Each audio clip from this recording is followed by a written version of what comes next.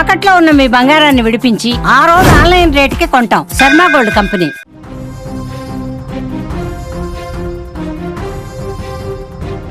భారతదేశ ఆత్మ గౌరవానికి ప్రతీకగా నిలిచే వందే మాతరం గీతంపై కేంద్ర ప్రభుత్వం ఒక సంచలన నిర్ణయం తీసుకుంది.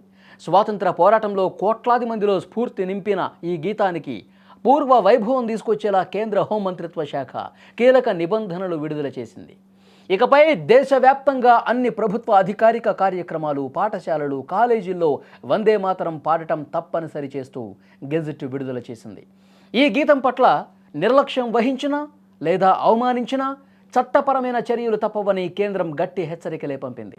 సాధారణంగా ఏ కార్యక్రమం అయినా జాతీయ గీతమైన జనగణమనతో ముగుస్తుంది.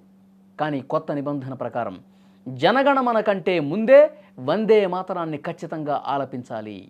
రాష్ట్రపతి పాల్గొనే ప్రతిష్టాత్మక వేడుకల్లోనూ, వివిధ పురస్కారాల ప్రధానోత్సవాల్లోనూ ఈ నియమాన్ని పాటించాలి అని చెప్పింది.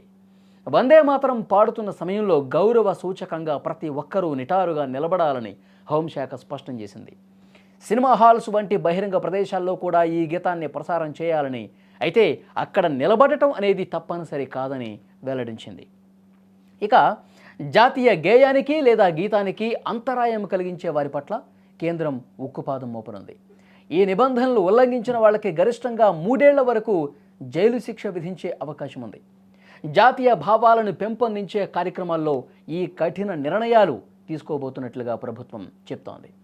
స్వాతంత్ర పోరాట కాలంలో ఏ గీతం కోసమైతే భారతీయులు ప్రాణత్యాగాలు చేశారో ఆ గీతానికి తగిన గౌరవం దక్కాలన్నదే ఈ నిర్ణయం వెనుక ఉన్నటువంటి ప్రధాన ఉద్దేశం. వందే మాతరం గీతం రాసి 150 ఏళ్లు పూర్తవుతున్న సందర్భంగా ఈ వేడుకలను కేంద్రం ఘనంగా నిర్వహిస్తోంది. కాబట్టి ఈసారి జనగణమనతో పాటు వందే మాతరం గీతం కూడా ఆలపించాల్సిందే. ముఖ్యంగా ప్రభుత్వ కార్యక్రమాల్లో, రాష్ట్రపతి పాల్గొనే కార్యక్రమాల్లో, ఇక బహిరంగ ప్రదేశాల్లో కూడా ఈ గేయం అనేది ఆలపించాల్సినటువంటి అవసరం ఉంది అని చెప్పి చాలా స్పష్టంగా చెప్తుంది. కానీ దీన్ని పాటించకుండా, దీన్ని అవమానించే విధంగా, దీనికి అంతరాయం కలిగే విధంగా ఎవరు ప్రవర్తించినా వాళ్ళ మీద కేసులు నమోదవుతాయి, కఠినమైనటువంటి చర్యలు తీసుకునే అవకాశం ఉంటుందని కూడా ఈ సందర్భంగా కేంద్రం రిలీజ్ చేసినటువంటి ఆ గెజిట్లో చాలా స్పష్టంగా ఉంది. వందే మాతరం గీతం రాసి 150 ఏళ్లు పూర్తవుతున్నటువంటి సందర్భంగా గతంలో స్వాతంత్ర పోరాట సమయంలో మన స్వాతంత్ర ఉద్యమకారులు, పోరాట యోధులు వీళ్ళందరూ ఈ గీతం కోసం ఏ విధంగా పరితపించారు, ఏ విధంగా పోరాటం చేశారు, ఏ విధంగా జైళ్ళలో మగ్గారు. కాబట్టి అదొక స్ఫూర్తిదాయకమైనటువంటి గీతం.